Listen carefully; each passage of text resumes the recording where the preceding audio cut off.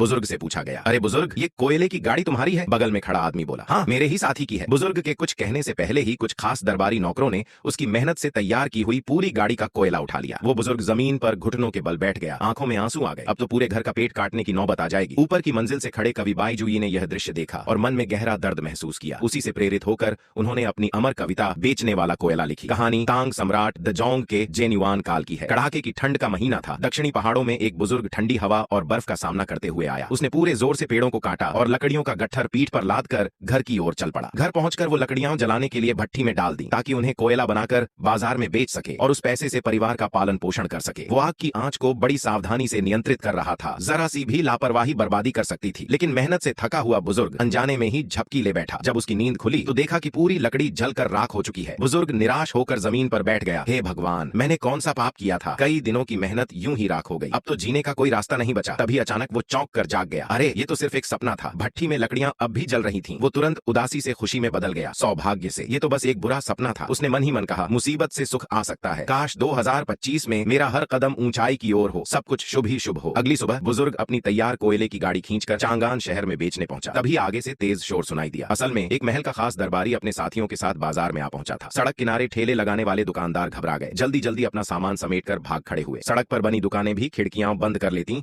और कारोबार रोक देती। वो दरबारी और उसके लोग सड़क पर ऐसे चलते जैसे सब उन्हीं के गुलाम हो। लोग डर के मारे आवाज तक नहीं निकालते। दरबारी की नजर बगल में रखी 2 टोकरी संतरे पर पड़ी। ये संतरे अच्छे हैं, जल्दी से उठाकर महल में भेज दो। संतरे बेचने वाला बुजुर्ग बोला, मालिक ऐसा मत कीजिए, मेरा पूरा परिवार इनको बेचकर खाने के इंतजार में है। लेकिन दरबारी को आम लोगों की तकलीफ से कोई मतलब नहीं था। वो संतरे उठाकर सीधा महल लौट गया। संतरे वाला रोने लगा। दिन दहाड़े भी अब तो सरकारी लोग खुला लूटने लगे हैं। कोयला बेचने वाला बुजुर्ग उसके पास गया और पूछा, भाई ये क्या हो रहा है? संतरे वाला बोला, तुम शायद बाहर से आए हो। ये तो चांगान का महल खरीद नियम है। महल में राजा और रानी भी इंसान ही है। उन्हें भी रोज खाने पीने और इस्तेमाल की चीजें चाहिए। पहले तो उनके सामान के लिए अधिकारी शहर के पूर्व और पश्चिम बाजार से खरीदारी करते थे। पैसे कम देते थे लेकिन कुछ तो देते थे, जिससे हम जैसे लोग भूखे न मरे। लेकिन दे जोंग के शासन के आखिरी समय में सब बदल गया।